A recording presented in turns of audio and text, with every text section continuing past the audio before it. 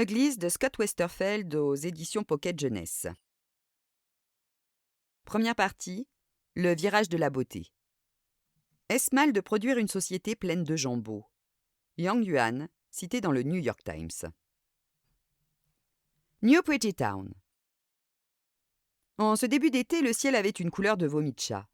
Bien sûr, se dit Ali, faudrait gaver le chat de croquettes au saumon pendant un bout de temps avant d'obtenir ses teintes rosées.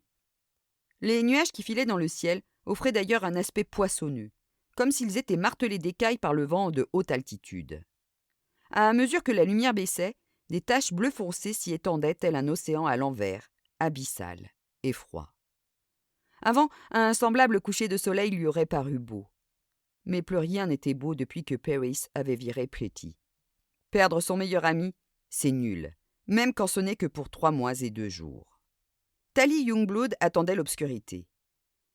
Elle apercevait New Pretty Town par sa fenêtre ouverte. Les tours de fête étaient déjà illuminées, et des torches enflammées dessinaient des sentiers vacillants à travers les jardins de plaisir. Dans le ciel rose qui s'assombrissait, quelques montgolfières tiraient sur leurs câbles tendus à l'extrême. Et les passagers s'amusaient à lancer des fusées de détresse vers d'autres ballons ou des parapentes qui passaient non loin. Des rires mêlés à de la musique ricochaient sur l'eau, pareils à des pierres plates aux bords tranchants, ébranlant les nerfs de Tally. Les faubourgs de la ville, coupés de la cité par le bras noir du fleuve, se trouvaient plongés dans la pénombre. Les Uglies étaient tous au lit à présent. Tally ôta sa bague d'interface et lâcha à l'obscurité. « Bonne nuit. »« Fais de beaux rêves, Tally, » lui répondit la chambre. Elle mâcha une pilule dentifrice, fit gonfler ses oreillers et glissa un vieux radiateur portable, de ceux qui produisent à peu près autant de chaleur qu'une fille en train de dormir, sous les draps. Puis elle se faufila par la fenêtre. Dehors, la nuit avait tourné au noir charbon, et Tally se sentit instantanément ragaillardie. Son plan était peut-être stupide, mais tout valait mieux qu'une nuit de plus à se morfondre dans son lit. Sur le sentier qui descendait jusqu'au fleuve, elle s'imaginait aux côtés de Paris, se voyant passer la soirée à espionner les jeunes Pretties. Paris et elle n'avaient que 12 ans quand ils avaient découvert comment tromper le surveillant de la maison. Leur différence d'âge de 3 mois était sans importance à l'époque. « Ami pour la vie », murmura Tally en massant la petite cicatrice dans sa paume droite. L'eau sautillait à travers les arbres et le sillage d'un glisseur fit clapoter une série de vaguelettes contre la berge. Elle s'accroupit dans les roseaux. L'été représentait la meilleure saison pour les expéditions d'espionnage. L'herbe était haute, il ne faisait pas froid, et on n'était pas obligé de rester éveillé pendant la classe le lendemain. Évidemment, Paris pouvait se coucher aussi tard qu'il en avait envie maintenant. L'un des avantages des Pretties. Amas de ferraille noire, le vieux pont tendait sa silhouette imposante au-dessus de l'eau. Sa construction remontait à si loin qu'il supportait l'intégralité de son poids, sans le soutien d'aucun pilier magnétique. Dans 1 million d'années, quand le reste de la ville aurait disparu, il serait sans doute encore là, tel un fossile. À la différence des autres ponts de New Pretty Town, celui-ci ne pouvait pas parler, ni signaler les intrus par voie de conséquence. Mais même muet, le pont avait toujours eu l'air d'un vieux sage aux yeux de Tally, savant et vénérable, comme un arbre pluricentenaire. Ses yeux avaient eu le temps de s'habituer à l'obscurité, et il ne lui fallut que quelques secondes pour trouver le fil de pêche entortillé autour de sa pierre. Elle tira dessus d'un coup sec et entendit le bruit d'éclaboussure quand la corde tomba de sa cachette, entre les poutrelles de soutènement. Elle continua à tendre le fil, jusqu'à ce qu'il cède la place à une corde à nœuds ruisselante. L'autre extrémité restait attachée à la charpente métallique du pont. Tally noua la corde autour de l'arbre habituel. Au passage d'un autre glisseur, elle dut se coucher dans les herbes une fois de plus. Les jeunes Pretties qui dansaient sur le pont ne virent pas la corde reliant le pont à la berge. Ils ne la voyaient jamais. Ils s'amusaient trop pour remarquer ce genre de bizarrerie. Quand les lumières du glisseur se furent estompées, Tally tira à nouveau sur la corde, en y mettant tout son poids. Une fois la tâche s'était défaite et Paris et elle s'étaient retrouvés en mauvaise posture au-dessus de la rivière avant de lâcher prise et de plonger dans l'eau froide. Elle sourit à ce souvenir. Elle aurait préféré revivre cette expédition, trempée jusqu'aux os dans le froid avec Paris, plutôt que d'être au sec et au chaud comme cette nuit, mais seule. Suspendue à la corde par les mains et les jambes, Tally se hissa en s'aidant des nœuds jusqu'à la charpente sombre du pont, puis se faufila entre les poutrelles en direction de New Pretty Town. Elle savait où habitait Paris grâce au seul message qu'il avait pris la peine de lui envoyer depuis son opération. Il n'avait pas indiqué son adresse, mais Tally connaissait l'astuce pour décoder la série de chiffres pseudo-aléatoires au bas du code signalétique. Il renvoyait à la résidence Garbeau, sur les hauteurs de la ville. Parvenir là-bas serait délicat. Durant leur expédition, Purvis et Tally ne s'éloignaient guère de la berge, où la végétation et l'obscurité de Uglyville, en toile de fond, leur permettaient de se cacher facilement. Mais Tally se dirigeait maintenant vers le centre de l'île, où les rues restaient la nuit entière peuplées de chars et de fêtards. Les nouveaux Pretties comme Purvis habitaient là où les réjouissances étaient les plus animées. Tally avait mémorisé la carte, mais une seule erreur de parcours et elle serait perdue. Sans sa bague d'interface, elle devenait invisible au véhicule. Il lui roulerait dessus comme un rien. Bien sûr, Tally n'était personne ici. Pire, elle était Ugly. Mais elle espérait que Purvis ne verrait pas les choses de cette façon, ne la verrait pas de cette façon. Tally n'avait aucune idée de ce qu'elle risquait si elle se faisait coincer. Ce n'était pas comme d'être arrêtée pour avoir oublié sa bague, sécher les cours ou trafiquer sa maison afin de lui faire jouer de la musique trop fort. Tout le monde commettait ce genre de truc, et tout le monde s'était déjà vu attraper pour cette raison. Mais Purvis et elle avaient toujours montré la plus grande prudence lors de leurs expéditions. On ne plaisantait pas avec ceux qui franchissaient le fleuve.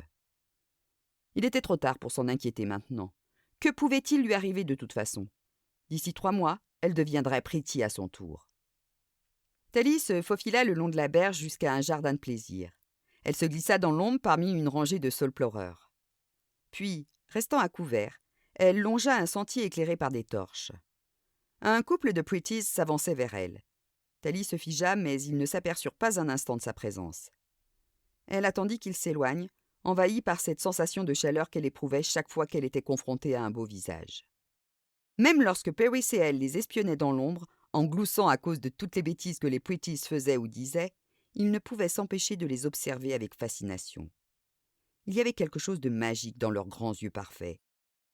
Une chose qui vous donnait envie de prêter attention à tout ce qu'ils disaient, de les protéger du moindre danger, de les rendre heureux. Ils étaient si beaux. Le couple disparut et Tally se ressaisit. Elle devait lutter contre cette sensiblerie qui la caractérisait. Et elle n'était pas ici pour jouer les voyeuses. Elle était une intruse, une espionne, une Ugly. Et elle avait une mission. Le jardin, tel une rivière noire, s'enfonçait dans la ville en sinuant entre les tours de fête et les maisons illuminées. Après quelques minutes, elle surprit un autre couple dissimulé parmi les arbres. C'était un jardin de plaisir, après tout. Mais dans l'obscurité, les Pretties ne distinguèrent pas son visage. Ils se contentèrent de se moquer d'elle en la voyant bredouiller des excuses et prendre la fuite. Elle n'avait pas discerné non plus grand-chose d'eux, hormis un enchevêtrement de bras et de jambes parfaites. Le jardin se terminait à quelques pâtés de maisons de l'endroit où logeait Purvis. Tally jeta un coup d'œil à travers un rideau de plantes grimpantes. Purvis et elle ne s'étaient jamais aventurés si loin, et elle n'avait pas établi de plan au-delà de cette zone. Il n'existait aucun moyen de se cacher dans ces rues animées et bien éclairées. Portant les mains à son visage, elle palpa son gros nez, ses lèvres minces, son front trop large et la masse emmêlée de ses cheveux frisottés. Un seul pas hors des buissons et elle serait aussitôt repérée. Son visage la brûlait aux endroits où la lumière l'effleurait. Que fichait-elle ici? À cette heure-ci, elle aurait dû se trouver dans les ténèbres de Uglyville, en train d'attendre son tour. Mais il fallait qu'elle voie Purvis, qu'elle lui parle. Elle était trop lasse d'imaginer 1000 conversations avec lui avant de s'endormir. Ils avaient passé chaque journée ensemble depuis qu'ils étaient gosses, et désormais, toute communication était rompue. Si elle avait la possibilité de discuter avec lui quelques instants seulement, son cerveau cesserait peut-être de s'adresser à un Purvis imaginaire. 3 minutes lui suffiraient pour tenir les 3 mois qui restaient. Tally balaya la rue du regard en quête de cours latérales où se glisser, de porches obscures où se cacher. Elle se sentait dans la peau de l'alpiniste qui, au pied d'une falaise, mémorise fissures et prises. La circulation commença à se relâcher et Tally marqua une pause en frottant la cicatrice dans sa paume droite.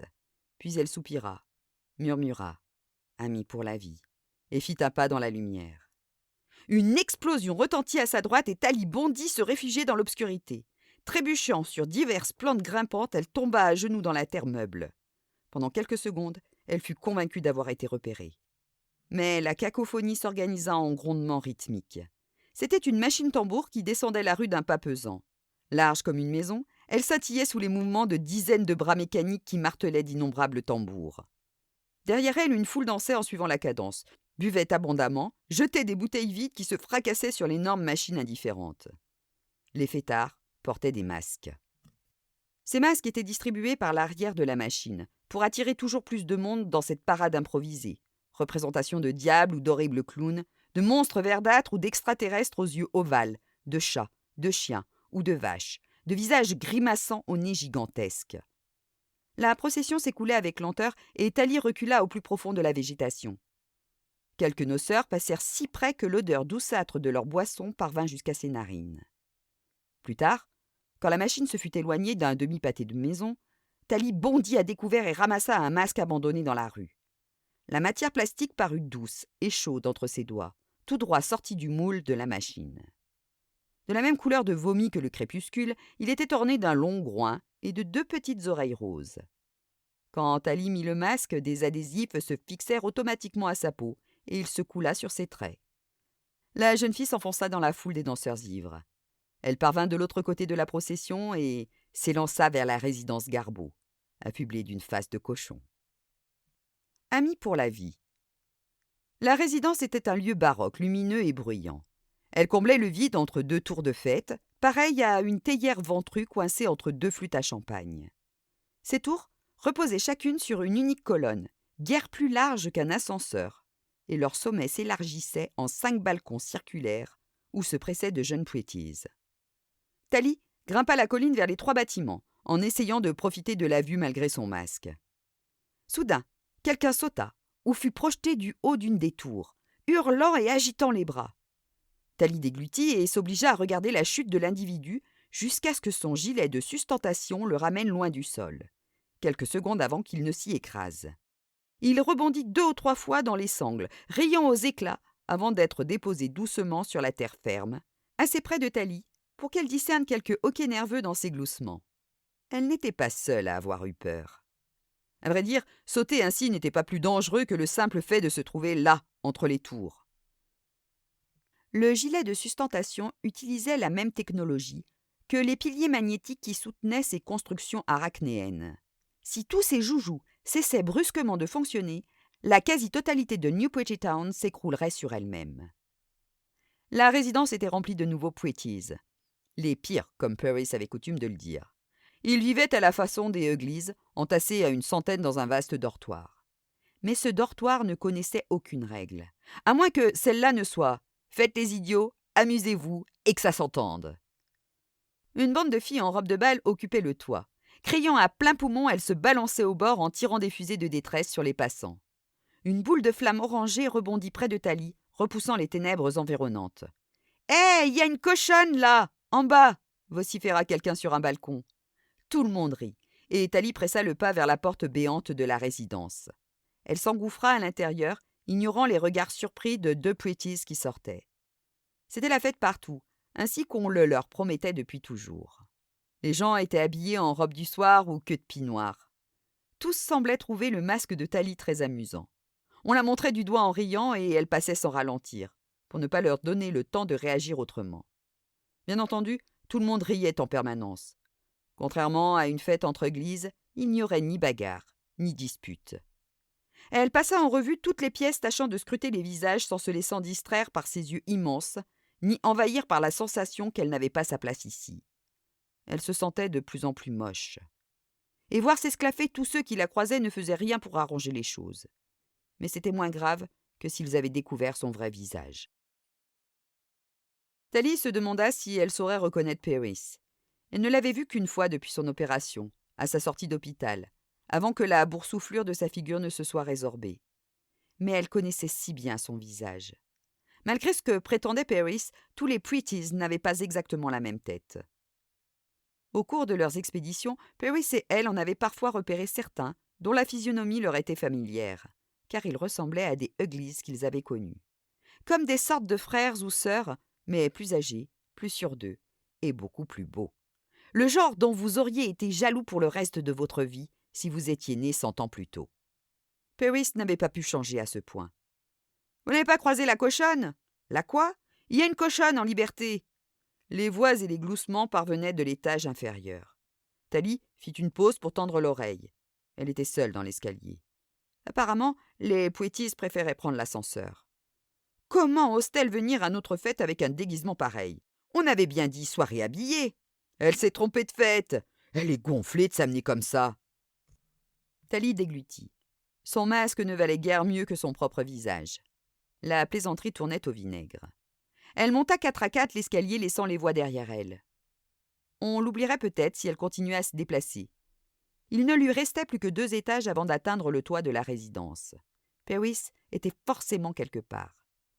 À moins qu'il ne soit en bas sur la pelouse, dans les airs, porté par un ballon, ou bien dans une tour de fête, ou encore dans un jardin de plaisir en compagnie d'une autre.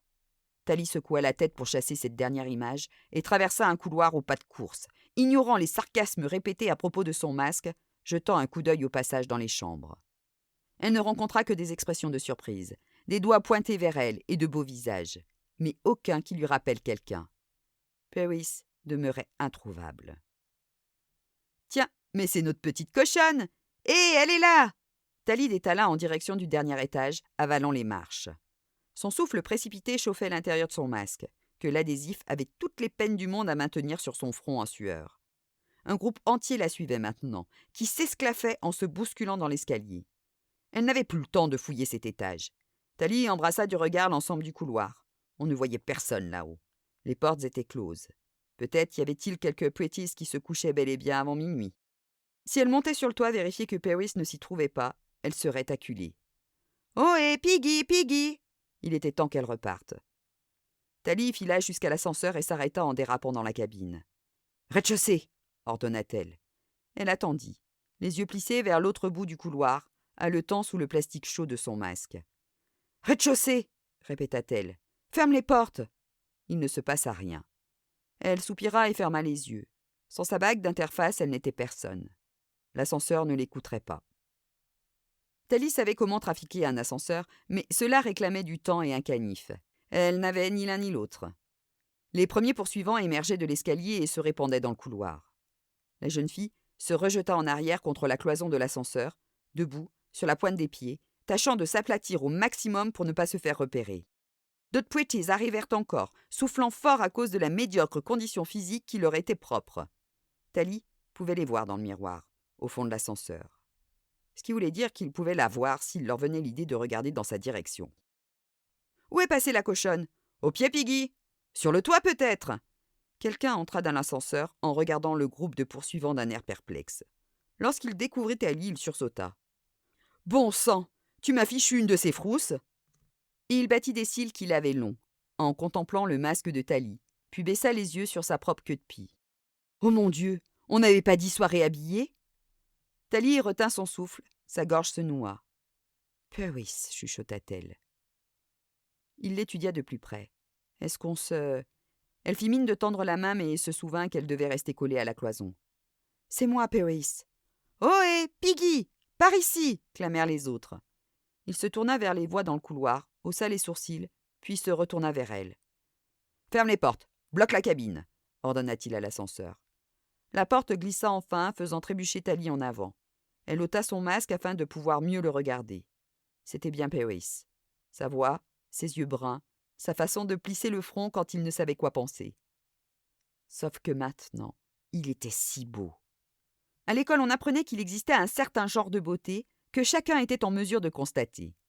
De grands yeux et des lèvres pleines comme chez un enfant. Une peau claire et lisse, des traits symétriques, ainsi que 1000 autres petits détails. Des éléments caractéristiques très recherchés qu'on ne pouvait s'empêcher de voir. Au terme d'1 million d'années d'évolution, le cerveau humain les avait assimilés en tant que normes esthétiques.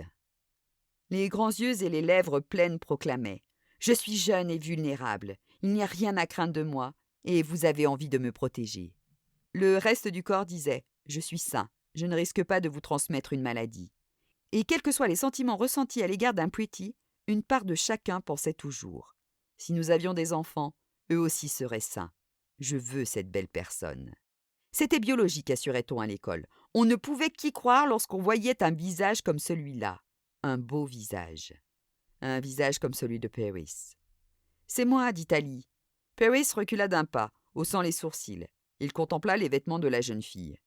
Thalie portait une combinaison de toile noire toute boueuse, à force de s'être hissée le long des cordes, de ramper dans les jardins et de tomber au milieu des plantes grimpantes. Pérez, quant à lui, portait une queue de pie de velours noir sur une chemise, un gilet et une cravate d'une blancheur étincelante. Elle s'écarta. « Oh, désolé, je ne voudrais pas te salir. »« Que fiches-tu ici, Thalie ?»« Je voulais juste, bredouilla-t-elle. J'avais besoin de savoir si nous étions toujours. » Maintenant qu'elle se trouvait en face de lui, elle ne savait plus quoi dire. Toutes les conversations qu'elle s'était imaginées avec lui s'étaient fondues dans les grands yeux adorables de Pérez. Thalie leva la main droite, exposant sa cicatrice ainsi que la crasse qui noircissait les lignes de sa paume. Pérez soupira. Il ne regarda ni la main de Thalie, ni ses yeux. Ses yeux trop rapprochés, affligés d'un léger strabisme et d'un marron des plus banals, ses yeux d'anonyme. « Ouais, fit-il. Mais je veux dire, tu ne pouvais pas attendre un peu, bigleuse ?» Son surnom de Ugly sonnait bizarrement dans sa bouche de Pretty. Thalie aurait trouvé encore plus bizarre de continuer à l'appeler Gros Pif, comme elle le faisait auparavant à longueur de journée. Elle avala sa salive. « Pourquoi tu ne m'as pas écrit ? J'ai essayé, mais ça faisait drôle. Je suis tellement différent maintenant. Mais nous étions... » Elle indiqua sa cicatrice. « Regarde, Thalie. » Il lui montra sa propre main. Sa paume était lisse et sans défaut. C'était une main qui proclamait « Je n'ai pas besoin de travailler dur, et je suis trop malin pour avoir des accidents. » La cicatrice qu'ils s'étaient faite ensemble avait disparu.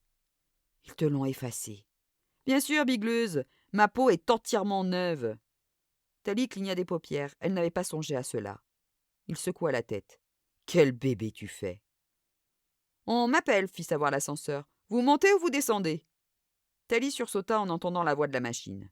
« Continue à bloquer la cabine, s'il te plaît, » répondit calmement Pérez. Thalie déglutit et ferma le poing. « Ils ne t'ont quand même pas changé le sang. Nous avons partagé ça, au moins. » Pérez la regarda enfin en face, sans grimacer, contrairement à ce qu'elle avait craint. Il lui fit un sourire magnifique. Non, ils n'ont pas été jusque-là. Une nouvelle peau, ce n'est rien. Dans 3 mois, nous en rigolerons tous les deux, sauf si... Sauf si quoi ? Elle s'immergea dans ses grands yeux bruns remplis de sollicitude. « Jure-moi simplement d'arrêter tes bêtises, » lui dit Pérez. « Comme de venir ici, de commettre quelque chose qui risque de t'attirer des ennuis. Je veux te voir belle. » « Bien sûr. Alors donne-moi ta parole. » Pérez n'avait que 3 mois de plus que Thalie. Pourtant, elle baissa les yeux sur ses chaussures en se faisant l'effet d'être une gamine. « Très bien, tu as ma parole. Plus de bêtises. Et je ne me ferai pas prendre cette nuit non plus. Ok, remets ton masque et... » Sa voix s'éteignit. Elle tourna son regard vers l'endroit où elle avait jeté son masque. Abandonné, le visage de cochon s'était recyclé automatiquement, changé en poudre rose. Il était en train d'être absorbé par la moquette de l'ascenseur. Tous deux se dévisagèrent en silence. « On m'appelle, » répéta l'ascenseur. « Vous montez ou vous descendez ?»« Pérez, je te jure qu'ils ne m'auront pas. Je cours plus vite que n'importe quel Pretty. Fais-moi simplement descendre au... » Pérez secoua la tête. « Je monte, sur le toit. » L'ascenseur se mit en branle. « Sur le toit ? Pérez, comment veux-tu que je... » Juste à côté de la porte, dans un grand râtelier, des gilets de sustentation. Il y en a toute une série en cas d'incendie. « Tu veux dire sauter ?» Thalie déglutit. Son estomac fit un tour complet sur lui-même tandis que l'ascenseur s'immobilisait. Pérez haussa les épaules. « Je le fais sans arrêt, bigleuse. » Il lui adressa un clin d'œil. « Tu vas adorer. » Son expression le rendit encore plus beau et Thalie bondit pour le prendre dans ses bras. Au moins, le corps du garçon était-il toujours le même. Peut-être un peu plus grand et plus mince, mais il était chaud et ferme. Et c'était toujours Pérez. « Thalie !» Alors que les portes s'ouvraient, elle trébucha en arrière et macula de boue son gilet tout blanc. « Oh non, je suis vraiment... » commença-t-elle en guise d'excuse. « Fiche-moi le camp !» Le désastre qu'elle venait d'occasionner emplissait Pérez de colère. Du coup, Thalie eut envie de le serrer dans ses bras une fois de plus. Elle aurait voulu rester, l'aider à se nettoyer, s'assurer qu'il serait impeccable pour sa soirée. Elle tendit la main vers lui. « Allez !» la coupa-t-il. « Mais nous sommes toujours amis, pas vrai ?» Il soupira, en tamponnant une tache brunâtre. « Sûr. Pour la vie. À dans 3 mois. » Elle se détourna et partit en courant. Les portes se refermèrent derrière elle. Au début, personne ne la remarqua. Tous ceux qui se trouvaient sur le toit regardaient en bas. Il faisait noir. Seuls quelques feux de Bengale trouaient l'obscurité de loin en loin. Thalie dénicha le râtelier et saisit un gilet. Il était fixé au cadre par des clips. Ses doigts tâtonnèrent maladroitement à la recherche du système d'ouverture. Elle aurait bien voulu avoir sa bague d'interface pour lui donner des instructions. Puis elle aperçut le bouton « Presser en cas d'incendie ». « Oh mince !» dit-elle. Son ombre sautilla et tremblota. 2 Pwitties arrivaient dans sa direction tenant des feux de Bengale. « Qui est-ce » fit l'un d'eux. « Qu'est-ce que c'est que ces loques ?»« Et toi, c'est une soirée habillée » enchaîna l'autre. « Vise un peu sa tête !»« Oh mince !» répéta Tally avant d'appuyer sur le bouton. Une sirène assourdissante fendit l'air et le gilet sauta directement du râtelier pour atterrir dans sa main. Elle se glissa dans le harnais, se retournant face aux Pwitties. Ils bondirent en arrière comme si elles venaient de se changer en loup-garou. L'un d'eux lâcha sa pièce d'artifice qui s'éteignit aussitôt. « Simple exercice !» leur jeta Tally en courant vers le bord du toit. Une fois le gilet sur ses épaules, sangles et boucles s'entortillèrent automatiquement autour d'elle, jusqu'à ce que le plastique l'enserre avec fermeté à la taille et aux cuisses. Une lumière verte s'alluma sur le col, à un endroit où elle ne pouvait manquer de la voir. « Brave gilet !» dit-elle. L'équipement n'était pas assez intelligent pour lui répondre, apparemment. Les Pwitties qui jouaient sur le toit s'étaient tus et piétinaient en se demandant s'il y avait pour de bon un incendie. Ils la montraient du doigt, et Tally lut le mot « ugly » sur leurs lèvres. « Quel est le pire à New Pretty Town ?» se demanda-t-elle. Voir brûler son immeuble ou voir une ugly s'inviter à la fête? Tally atteignit le bord du toit, sauta sur la rambarde et chancela un moment. En contrebas, les Pwitties se déversaient hors de la résidence pour se répandre sur la pelouse et vers le bas de la colline. Ils levaient la tête, cherchant des flammes ou de la fumée, et ils ne voyaient qu'elle. Cela faisait une sacrée hauteur jusqu'en bas. Tally sentit son estomac se nouer, comme si elle était déjà en chute libre. Mais c'était très excitant également. Le hurlement de la sirène, la foule qui la fixait des yeux, les lumières de New Pretty Town qui s'étalaient sous elle, pareilles à 1 million de chandelles. Tally prit une grande inspiration et ploya les genoux, prête à sauter. Pendant une fraction de seconde, elle se demanda si le gilet fonctionnerait bien alors qu'elle ne portait pas sa bague d'interface. Se déclencherait-il pour une anonyme? Ou Tally allait-elle s'écraser sur la pelouse? Mais elle avait promis à Paris de ne pas se faire prendre.